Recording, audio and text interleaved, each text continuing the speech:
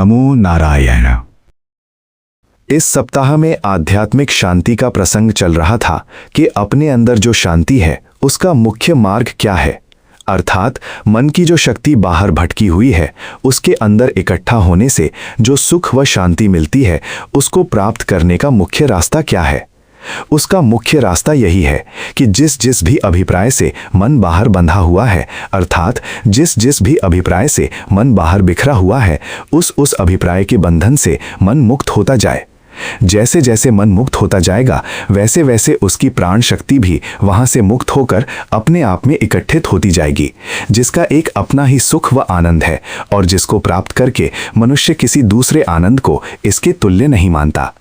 ये ठीक है कि बाहर के प्राणियों व पदार्थों के संयोग से भी सुख व आनंद प्राप्त होता है, परंतु वो सदा बना नहीं रहता। किसी न किसी समय में वो बिल्कुल भी बिछुड़ने वाला है। उसके संबंध से कई अनर्थन भी हैं, जैसे रोग, व्याधियां व शोक वगैरह। तथा अंत में बाहर का जीवन भी इस प्रकार का हो जाता है कि सबके साथ प्रीति प्रेम भी वैसा नहीं बना रहता। इसलिए सबसे मुख्य प्राप्ति यही है कि अपनी आत्मा में ही बिना बाहर की किसी शर्त के सुख मिलना चाहिए। इसी के ही हेतु मनुष्य सच्चाई की खोज करे, क्योंकि बिना सच्चाई का ज्ञान हुए किसी भी प्रकार से बाहर से छुटकारा नहीं होगा। जिस वस्तु में मन फंस रहा है, भले ही वो ऊपर से देखने में कैसी भी आकर्षित या मीठी दिख रही है, किंतु यदि उसके अंदर छुपा हुआ जहर दृष्टि में आ जाए तो उसके अंदर कितनी भी अच्छाई हो, वो जहर उसको अच्छा लगने नहीं देगा तथा उस वस्तु के प्रति उसकी आसक्ति व तृष्णा भी समाप्त हो जाएगी। परंतु जब तक इस सत्य का ज्ञान नहीं होता तब तक उसके बीच में मन बंधा रहेगा। इस सच्चाई के ज्ञान के लिए मनुष्य ध्यान मार्ग अपनाए। ध्यान का अभिप्राय यही है कि जो समझ अभी वस्तुओं को बाहर समझ रही है वो अपने अंदर ऐसे जाग जाए कि अपने जीवन को समझने के लिए इसकी आंख अंदर खुले। फिर समझ तो एक ही जगह रह सकती है, चाहे वो अंदर जीवन पहचाने या बाहर की वस्तुओं को जाने। यदि वो अंदर की वस्तुओं को पहचानते पहचानते अपने आप में बनी रही तो जितनी वो अंदर की वस्तुओं को पहचानती रहेगी उसी के अनुसार मनुष्य के संकल्प, इरादे व भाव बनेंगे और उन्हीं के अनुसार फिर आगे यत्न होगा। मान लो आपने ध्यान में यदि ये समझ लिया कि अमुक वस्तु मेरे हित के लिए नहीं है और उसके सेवन से आपको ऐसा मालूम होता हो कि मृत्यु के समान दुख होगा, तो ये मृत्यु के समान होने वाले दुख का भाव आपके मन को उस सुख से इतना खींच लेगा कि आप उसको कदापि ग्रहण नहीं करना चाहेंगे। परंतु जब तक उस सुख के पीछे उसका दुख आपकी दृष्टि में नहीं आता और उसके त्यागने का भाव पैदा नहीं होता, तब तक ऐसा मन दूसरी ओर अर्थात बाहर के अभिप्रायों में ही उलझा रहेगा और मनुष्य का सारा यत्न ही बाहर के लिए ही होगा। अतः ये भाव की ही सारी महत्ता है। यदि आपने अपने अंदर ये पहचान लिया कि बाहर के सुखों से मुख मोड़ने में ही आनंद है, अर्थात इनसे मुक्ति पाने में ही आनंद है, तो भाव भी यही रहेगा कि कब इनसे मुक्ति मिले। जैसे ही ये मन से उतर जाएंगे, समझ लेना चाहिए कि एक प्रकार से मन तो इनसे छूट गया। अब रह गई वो आदत की शक्ति, प्रकृति, जो कि बहुत दिनों से जन्मा रखी है तथा जो मुड़ मुड़कर बार बार बाहर के सुखों में ही धंसने के लिए धक्का सा देती है। इसके लिए यह आवश्यक है कि थोड़ा समय निकालकर मनुष्य एकांत में अपने आसन पर बैठे तथा और भी अपने सामान्य जीवन में थोड़ा दुख सहन करने की आदत डाले, जिसके बिना इस शक्ति का क्षय नहीं होगा। जैसे कि पहले कई बार बताया है कि छोटी से छोटी कोई भी आदत जब मनुष्य पहले पहल छोड़ता है तो वह उसे परेशान करती है और कुछ दिन तो मन भी नहीं लगने देती। मन चिढ़ा चिढ़ा सा रहता है, बाहर व्यवहार भी ठीक नहीं हो पाता। यह आदत धीरे धीरे ही बनी है और धीरे धीरे ही समाप्त होगी।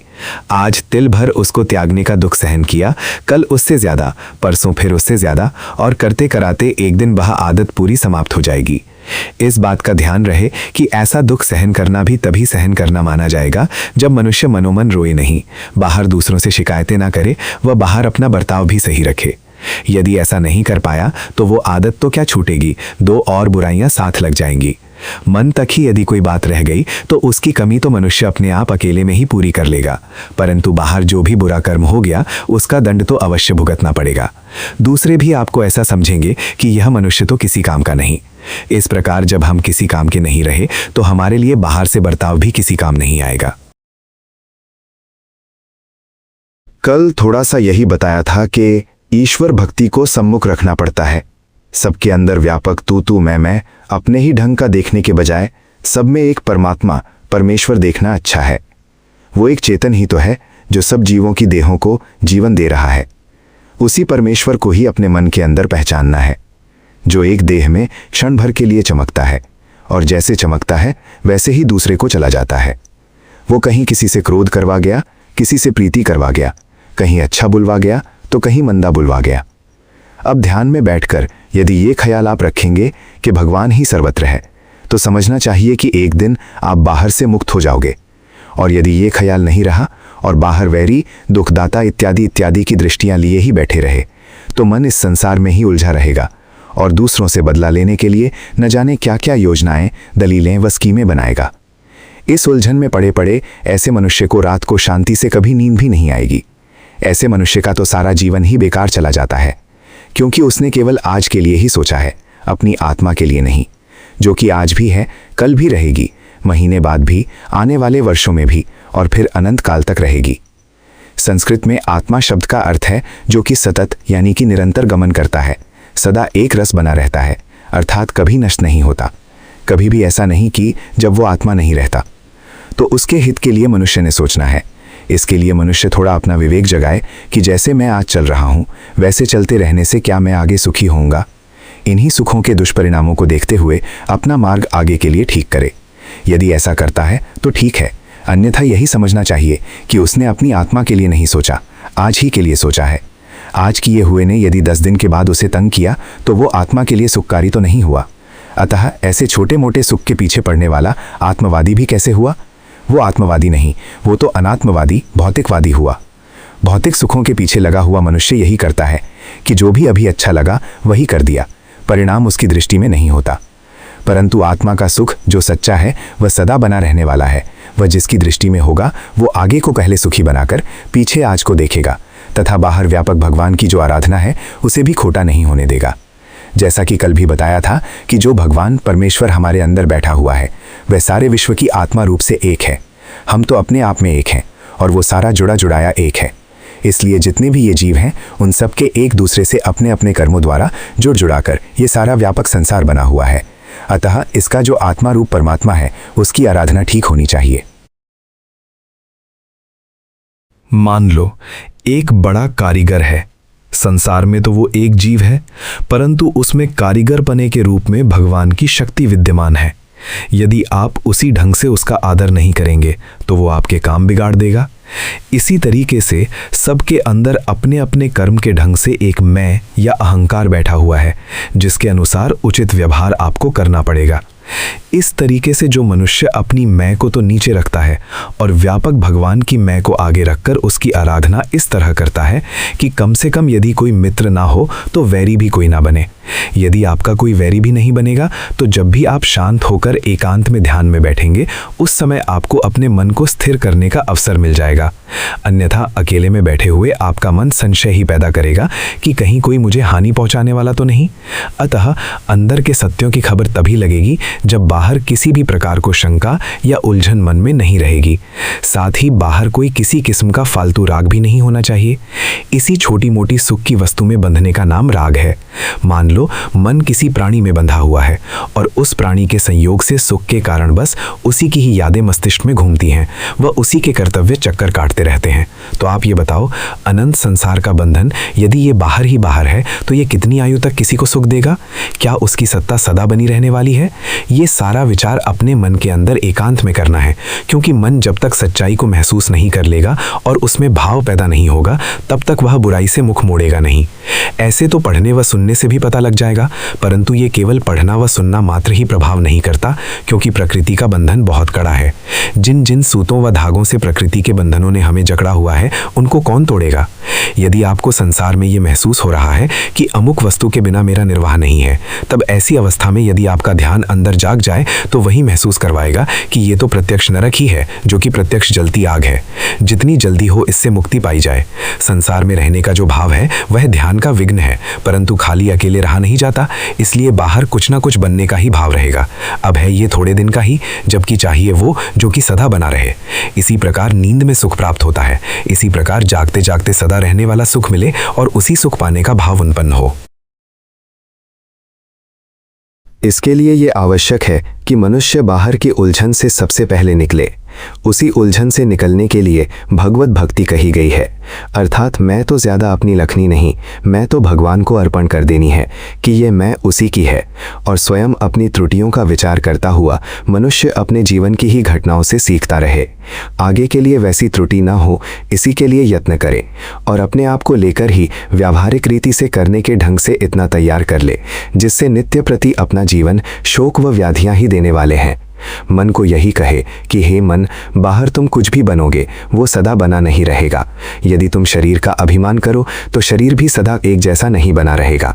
बुद्धिमान व विद्वान बनोगे तो बुद्धिमत्ता व विद्वत्ता भी सदा वैसी नहीं बनी रहेगी और इनका सुख भी सदा नहीं बना रहेगा तथा इनके यश भी थोड़े ही काल के लिए हैं। मन को आप अच्छी तरह विश्लेषण से जचा दें कि क्या संसार में कोई ऐसी वस्तु है जो कि स्वर्ग हो, अर्थात सदा एक जैसी बनी रहने वाली हो, और अंत में मन को इसी निष्कर्ष पर पहुंचाएं कि बाहर की वस्तुओं की तरफ जाना तो क्या, इनके बारे में शरीर की आवश्यकता से अधिक सोचना व समझना भी व्यर्थ और हानिकारक है। परंतु आपका यत्न यहीं पर समाप्त नहीं हो जाएगा, क्योंकि यदि आप इस निष्कर्ष पर पहुंच भी गए तो भी वह प्रकृति शांत बैठने नहीं देगी। वो पुराने संस्कारों के ही अनुसार कुछ न कुछ जानने व समझने के लिए धक्का सा देगी। कहीं किसी की आकृति लाकर खड़ी कर देगी और कहीं नींद जैसे लाकर के भी कोई चकमा देकर के कोई वस्तु खड़ी कर देगी और फिर इसी उलझन में कई प्रकार की सोचों में डाल देगी, क्योंकि उसने ज्ञान फिर उत्पन्न करना है। इसीलिए वहां इतने जोर से जागना पड़ेगा कि आलस्य सुस्ती के क्षणों में भी प्रकृति आपके ऊपर सवार न हो सके। इसके लिए उन्हीं शब्दों के सहारे अपने अंदर तुम ज्ञान जगाना जो कि शास्त्रकारों ने अपने ढंग से बताए हैं, जैसे राग, द्वेष, मान, मोह इत्यादि। ऐसी अवस्था में यदि आलस्य निद्रा भी तंग करे तो उसका भी पूरा विश्लेषण करके उसे हटाए। आलस्य निद्रा जब आती है तो मन सोने के सिवाय और कुछ नहीं करना चाहता। ऐसी अवस्था में मन को मनुष्य समझाए कि भाई आलस्य आ रहा है, ऐसा अभी ठीक नहीं है, मैं शांत होकर जरा उठ करके बैठूं।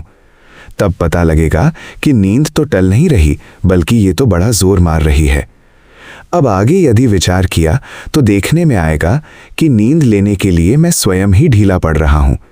जब इसके सुख में रंगा हुआ मेरा मन है और उसको लेने के लिए मैं अपने आप तैयार हूं तो ढीला तो मैं होता हूं, फिर निद्रा सिर पर क्यों न चढ़े। तो फिर क्या करना चाहिए?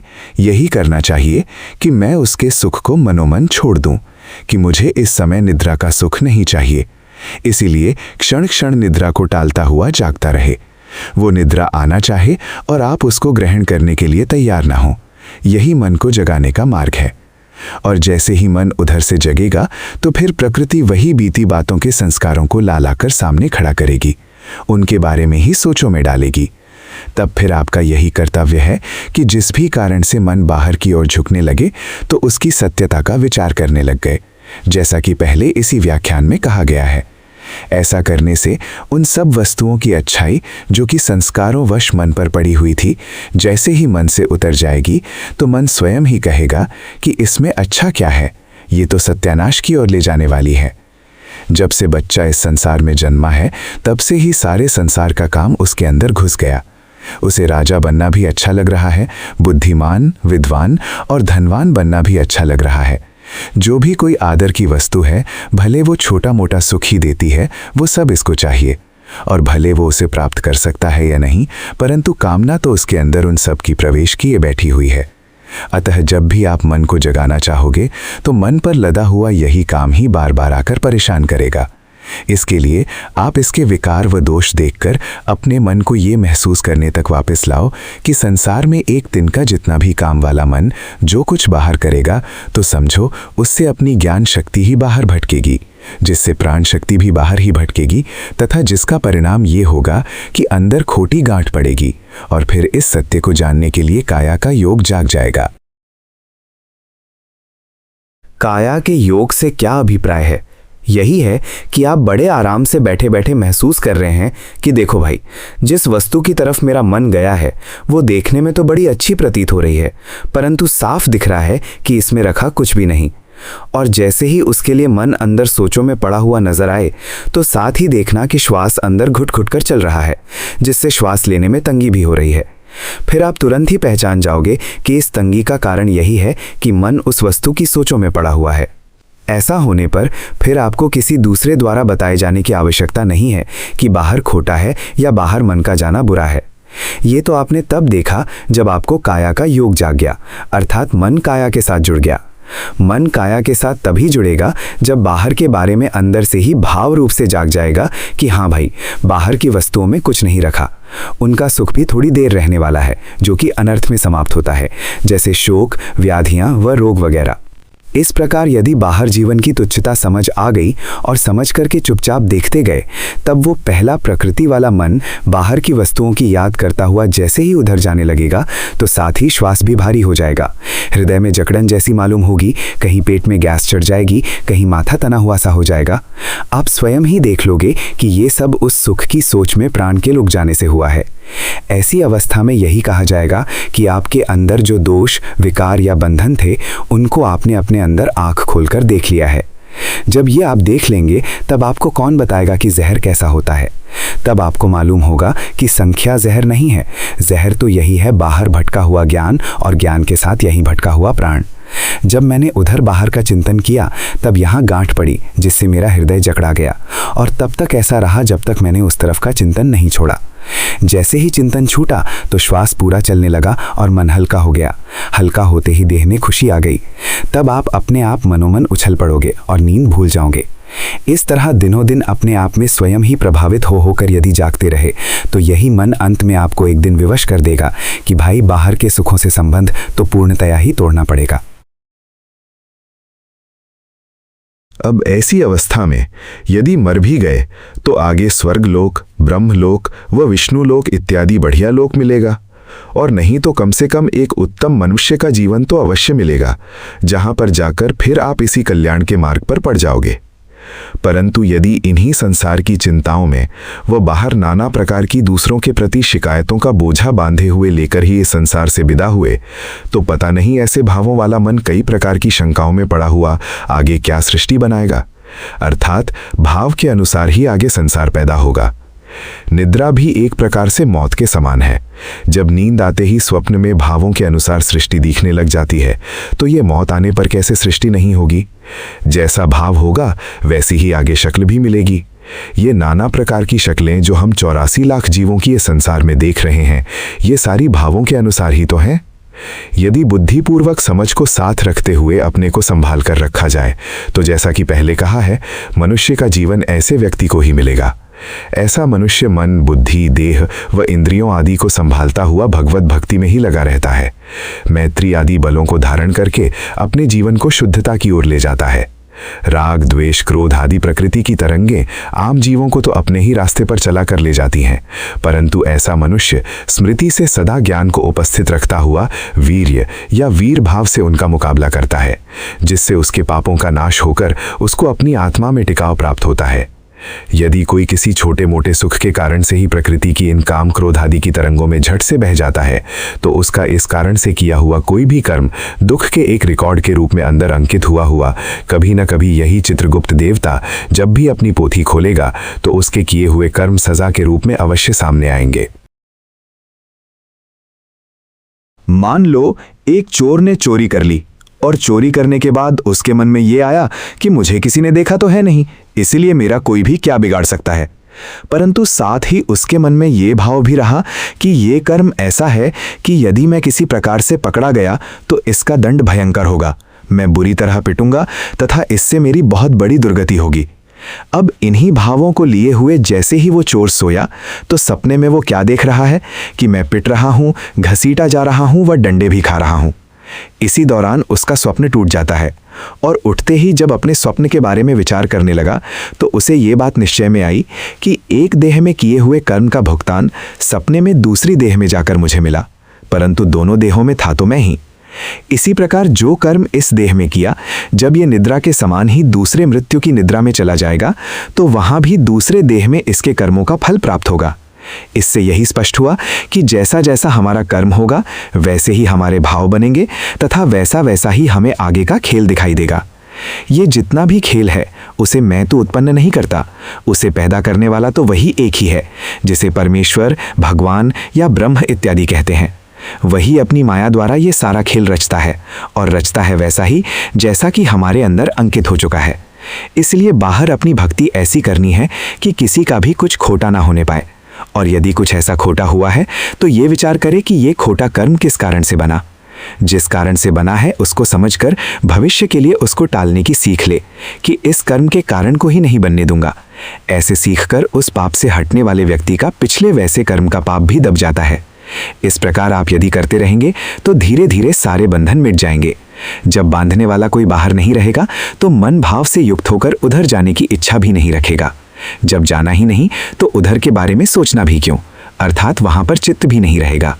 इस प्रकार बाहर जब जानने व सोचने का कुछ रहेगा ही नहीं तो समझो अविद्या दम घुट घुट कर वहीं मर जाएगी। मन बाहर कुछ भी जानने के लिए जितना लपकता है उतना ही वो अंदर भगवान को जानने के लिए परहेज करता है, क्योंकि बाहर ही उसका स्वार्थ होने के कारण उसका सब कुछ जानने का बाहर ही पड़ा हुआ है। इसलिए अंदर कुछ जानने की वो इच्छा ही नहीं करता। अंदर जानने का कार्य तभी हो सकता है जब बाहर का स्वार्थ छूटे। इसके लिए ही बताया गया है कि अविद्या जब भी बाहर कुछ जानने के लिए लपके तो मनुष्य उसे खुजली के दुख को तरह सहन करता हुआ ही टाल दे। अविद्या के टलते ही अंदर परमात्मा का सच्चा ज्ञान, जो कि निद्रा में सुखरूप से प्रकट होता है, वही जागते जागते अंदर प्रकट हो जाएगा। उसके प्रकट होते ही आप कृतकृत्य हो जाएंगे, अर्थात जो करना था सो कर लिया, अब आपको और कुछ करने का शेष नहीं रहेगा। फिर यही होगा कि बस जो पाना था सो पा लिया। अब ये सच्चा ज्ञान, जो कि सबके अंदर स्वाभाविक है, कैसे मिटेगा, अर्थात कभी नहीं मिटेगा। तब पता चलेगा कि ये मेरी ही आत्मा नहीं है, ये सारे विश्व की आत्मा है, जो कि सभी जीव जंतुओं, पेड़ पौधों इत्यादि में समान रूप से विद्यमान है। इसमें कुछ भेदभाव नहीं है। भेदभाव तो केवल इस हम तुम अर्थात मैं तू के सापेक्ष जगत में ही है, अर्थात जहां हम तुम का संबंध है वही मैं तू होती है, जो एक दूसरे को देखकर पैदा होती है। इस प्रकार भेदभाव के इस संकुचित क्षेत्र से ऊपर उठकर मन को उस परमात्मा में ही स्थिर करना पड़ता है, जिसके लिए आवश्यक है कि मनुष्य संसार से मुख मोड़े, यहाँ तक कि संसार में कुछ जानने तक की भी इच्छा ना करे। तभी वो अविद्या का ढक्कन समाप्त होता है। फिर भगवान तो सदा प्रकाशमान है। जब वो निद्रा के बीच में अपना सुख प्रकट करता है तो जागते जागते क्यों नहीं करेगा? बस जागते जागते तभी नहीं करेगा यदि मन में कोई उलझन पड़ी हुई है। अब उलझन में डालने वाले बंधन दृष्टि, संशय, राग, द्वेष, मान, मोह इत्यादि हैं, जिनका वर्णन इस सप्ताह में पहले किया जा चुका है। इनके लिए ये अति आवश्यक है कि इन सब बंधनों को एक एक करके, जैसे बाहर खुली आंख कोई वस्तु देखती है, वैसे ही अपने अंदर जागते मन में इन बंधनों को देखें।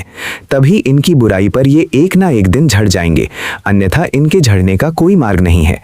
इन बंधनों के अंदर देखने के लिए ये भी जरूरी है कि मनुष्य इस संसार की आसक्ति या तृष्णा से भी थोड़ा पीछे हटे, अर्थात संसार में सुख का जो भाव बना हुआ है उससे थोड़ी निवृत्ति पाए, और साथ ही निद्रा के सुख से भी थोड़ा सा किनारा करने का यत्न करे, क्योंकि नींद पर काबू पाकर अंदर ज्ञान तो जगाना है। इसका अभिप्राय ये नहीं कि निद्रा लेनी नहीं, लेनी जरूर है, परंतु नियम के अंतर्गत ही। मान लो नींद में मन ऊब रहा है, मन यही सोच रहा है कि चलो घंटा जप कर लो या माला फेर लो, फिर सोना तो है ही। दूसरे जब सुबह उठे तो भी मन यही दलील कर रहा है कि चलो भाई घंटा भर बैठ लो, फिर जल्दी जल्दी नहा लो, माला फेर लो या जप कर लो, चाय पी लो और फिर वहां जाना है। जब तक मनुष्य इन बंधनों में ही बंधा हुआ है तब तक उसके अंदर सच्चा ज्ञान उत्पन्न नहीं होगा। सच्चे ज्ञान बिना इनको त्यागने का भाव नहीं बनेगा, भाव बने बिना वैराग्य नहीं होगा। यदि वैराग्य नहीं होगा तो मन बाहर संसार से फीका होकर उससे मुख नहीं मोड़ेगा। यदि उससे मुख नहीं मुड़ा तो फिर समझो जो ज्ञान शक्ति बाहर ही उलझ या भटक रही है वो अंदर इकट्ठी कैसे होगी? उसके अंदर इकट्ठा न होने पर मनुष्य खोया खोया ही रहेगा। मरते समय तक उस बेचारे को यही रहेगा कि यहाँ मन नहीं लगता, वहां जाओ, वहां मन नहीं लगता, क्योंकि आदर मान व खाने पीने के सुख पहले जैसे नहीं रहे। ऐसी अवस्था में नींद भी तंग करती है, और ऐसा मनुष्य शोक संतप्त हुआ हुआ अंत में यही कहेगा कि हे भगवान, अब मुझे इस संसार से उठा लो तो अच्छा है। ऐसी अवस्था न ही बने, इसी के लिए यह आवश्यक है कि मनुष्य अपनी आत्मा में डुबकी लगाए, जिसके लिए ध्यान में थोड़ा सच्चाई का ज्ञान जगाए। ध्यान का पहला लक्षण ही यह है कि अंदर पहचान जाग जाए, भले ही वो पहचान अभी इतनी ही जागे कि अपनी दिनचर्या का ही विश्लेषण करके मनुष्य अपने मन की थोड़ी सफाई करता जाए। अब उलझन में डालने वाले बंधन दृष्टि, संशय, राग, द्वेष, मान, मोह इत्यादि हैं, जिनका वर्णन इस सप्ताह में पहले किया जा चुका है। इनके लिए ये अति आवश्यक है कि इन सब बंधनों को एक एक करके, जैसे बाहर खुली आंख कोई वस्तु देखती है, वैसे ही अपने अंदर जागते मन में इन बंधनों को देखें। तभी इनकी बुराई पर ये एक ना एक दिन झड़ जाएंगे, अन्यथा इनके झड़ने का कोई मार्ग नहीं है। इन बंधनों के अंदर देखने के लिए यह भी ज़रूरी है कि मनुष्य इस संसार की आसक्ति या तृष्णा से भी थोड़ा पीछे हटे, अर्थात संसार में सुख का जो भाव बना हुआ है उससे थोड़ी निवृत्ति पाए, और साथ ही निद्रा के सुख से भी थोड़ा सा किनारा करने का यत्न करे, क्योंकि नींद पर काबू पाकर अंदर ज्ञान तो जगाना है। इसका अभिप्राय ये नहीं कि निद्रा लेनी नहीं, लेनी ज़रूर है, परंतु नियम के अंतर्गत ही। मान लो नींद में मन ऊब रहा है, मन यही सोच रहा है कि चलो घंटा जप कर लो या माला फेर लो, फिर सोना तो है ही। दूसरे जब सुबह उठे तो भी मन यही दलील कर रहा है कि चलो भाई घंटा भर बैठ लो, फिर जल्दी जल्दी नहा लो, माला फेर लो या जप कर लो, चाय पी लो और फिर वहाँ जाना है। जब तक मनुष्य इन बंधनों में ही बंधा हुआ है तब तक उसके अंदर सच्चा ज्ञान उत्पन्न नहीं होगा। सच्चे ज्ञान बिना इनको त्यागने का भाव नहीं बनेगा, भाव बने बिना वैराग्य नहीं होगा। यदि वैराग्य नहीं होगा तो मन बाहर संसार से फीका होकर उससे मुख नहीं मोड़ेगा। यदि उससे मुख नहीं मुड़ा तो फिर समझो जो ज्ञान शक्ति बाहर ही उलझ या भटक रही है वह अंदर इकट्ठी कैसे होगी। उसके अंदर इकट्ठा ना होने पर मनुष्य खोया खोया ही रहेगा। मरते समय तक उस बेचारे को यही रहेगा कि यहाँ मन नहीं लगता, वहाँ जाओ, वहाँ मन नहीं लगता। इस प्रकार करते करते यदि अपनी आत्मा को जगा करके कुछ करने की तैयारी हो गई, समझो आपने मनोमन संसार से बिछुड़ना शुरू कर दिया। यह मुक्ति का मार्ग धीरे धीरे आगे ही आगे चलता जाए। इसके लिए आवश्यक है कि मनुष्य इन तीन के प्रति भी थोड़ी श्रद्धा कर ले। सर्वप्रथम उस भगवान के प्रति श्रद्धा रखनी है जिसने यह मार्ग चला रखा है। वेद शास्त्र भी उसी के कहे हुए हैं। वह सनातन है तथा अपने धाम में सदा विराजमान है। उसी ने यह मार्ग इधर नीचे संसार में भेजा हुआ है। दूसरे, उसके प्रति इस प्रकार भी श्रद्धा रखनी है कि जब वह अपने धाम में पहुंचा बैठा है तो हम भी अवश्य वहां पहुंचेंगे। हमने जिस मार्ग से उस भगवान के धाम तक पहुंचना है उसका नाम धर्म है। सब अच्छाइयों में रहना, बुराइयों को त्यागना, मन की शुद्धि व सफाई करते रहना तथा थोड़ा थोड़ा विचार को जगाते रहना, ये सब धर्म के अंग हैं। अतः धर्म के प्रति भी श्रद्धा रखनी है। तीसरे, उन सब के प्रति भी श्रद्धा रखनी है जो इस धर्म के मार्ग पर चले हैं, चल रहे हैं तथा आगे चलेंगे। भले वह कोई छोटा मनुष्य भी है, उसके प्रति खोटी दृष्टि नहीं रखनी है, बल्कि उसकी अच्छाई को देखकर थोड़ा मन में प्रसन्न होना है। धर्म के मार्ग पर चलने वाले भक्तजनों के लिए भी अपने मन से थोड़ा नम्र रहना है। अतः उपर्युक्त बताई रीति के अनुसार यदि कोई मनुष्य पूर्णतया अपने जीवन को चलाता है तो यही जो संसार का भौतिक जीवन है वही एक तरफ से मुक्त होकर आध्यात्मिक जीवन बन जाता है। अंत में यह आध्यात्मिक जीवन ही पार लगाने वाला है, जिसकी कुंजी यही है कि बाहर सारी अच्छाइयाँ स्थापित हों, अर्थात भक्ति योग से इस विश्व की अच्छी आराधना हो तथा मन में ध्यान द्वारा मन की सारी वस्तुएं अर्थात अंदर के सत्य पहचान कर सारे बंधनों से छुट्टी पाई जाए। इस प्रकार छुट्टी पाते ही वह शक्ति अंदर एकाग्र हुई परम सुख को देती है जो कि परमेश्वर में बसा हुआ है। आज बस यही है।